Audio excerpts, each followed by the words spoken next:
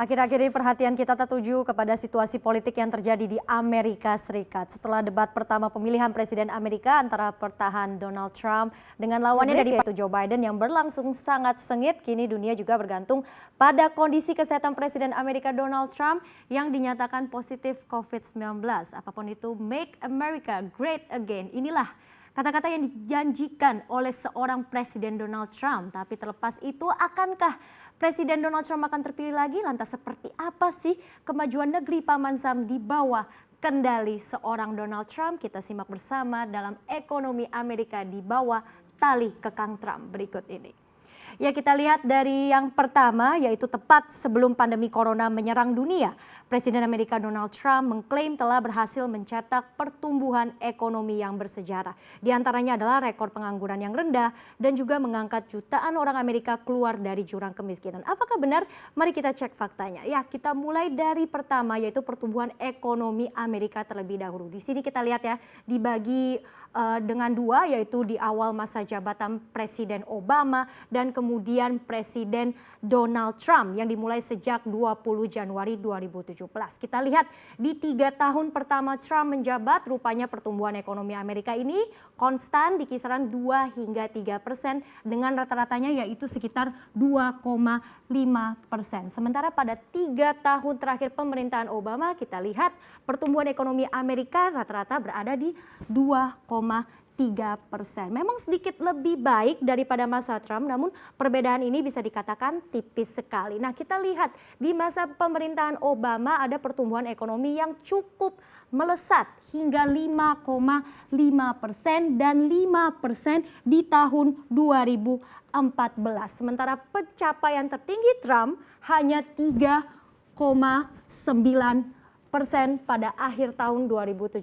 Nah, belum lagi pada tahun ini kita semua tahu juga ada kejatuhan ekonomi Amerika yang mencapai 31,4% secara kuartalan atau 32,9% secara tahunan akibat pandemi corona yang juga terjadi pada masa pemerintahan Trump. Dan kontraksi ekonomi tersebut adalah kejatuhan terdalam selama sejarah Amerika Serikat. Bahkan sebenarnya lebih buruk daripada kejatuhan di masa The Great Depression yang terjadi pada hampir 1 abad lalu.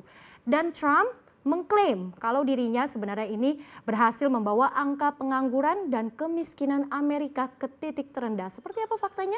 Mari kita cek di slide berikutnya.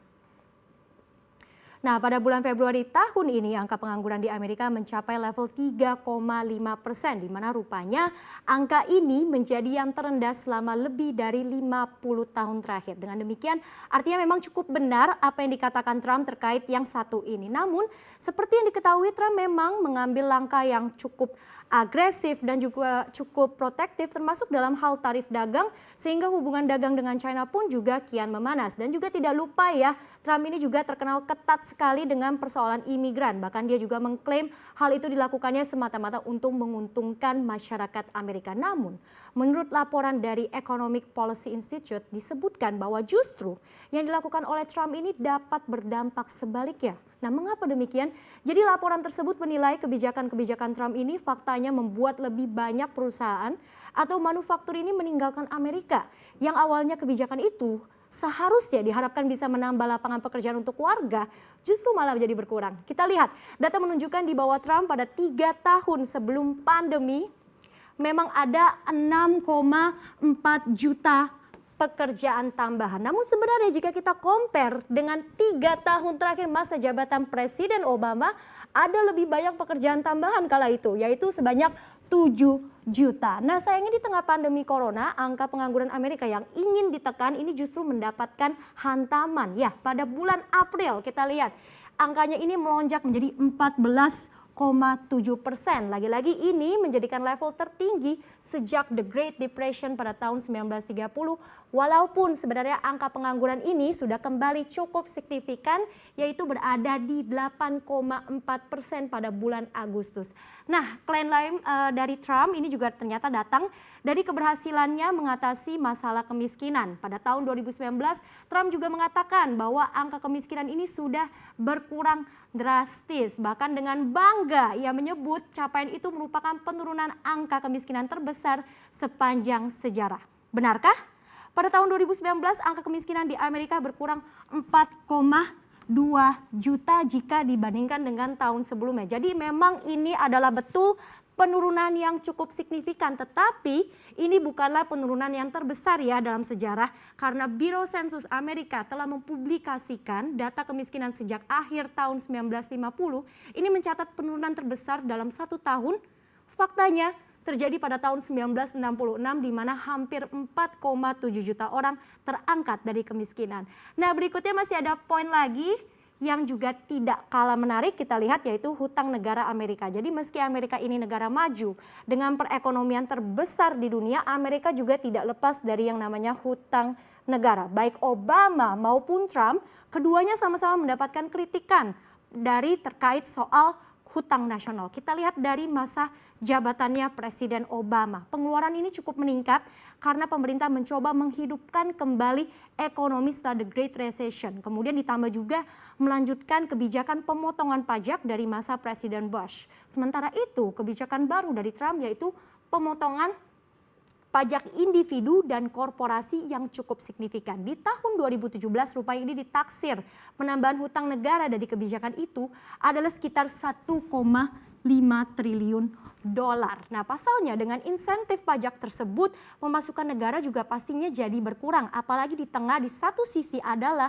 belanja negara yang juga cukup besar. Nah, mengacu dari laporan Tax Policy Center, sebenarnya hanya kalangan Amerika di Amerika Serikat aja atau sekitar 20% dari masyarakat Amerika yang bisa menikmati 60% dari kelonggaran pajak tersebut. Dan memang sudah menjadi rahasia umum, yang paling menikmati kebijakan ini adalah para pengusaha besar di Amerika, tidak terkecuali adalah Donald Trump. Bahkan kita tahu polemik Trump yang dicap ogah membayar pajak ini juga sempat disindir oleh lawannya yaitu Joe Biden pada debat Pilpres kemarin. Belum lagi yang terbaru adalah akibat pandemi COVID-19, pemerintah Amerika juga sepakat untuk memberikan stimulus jumbo senilai 2,2 triliun dolar. Dan akibatnya saat ini utang negara berada di level tertinggi sejak Perang Dunia Kedua.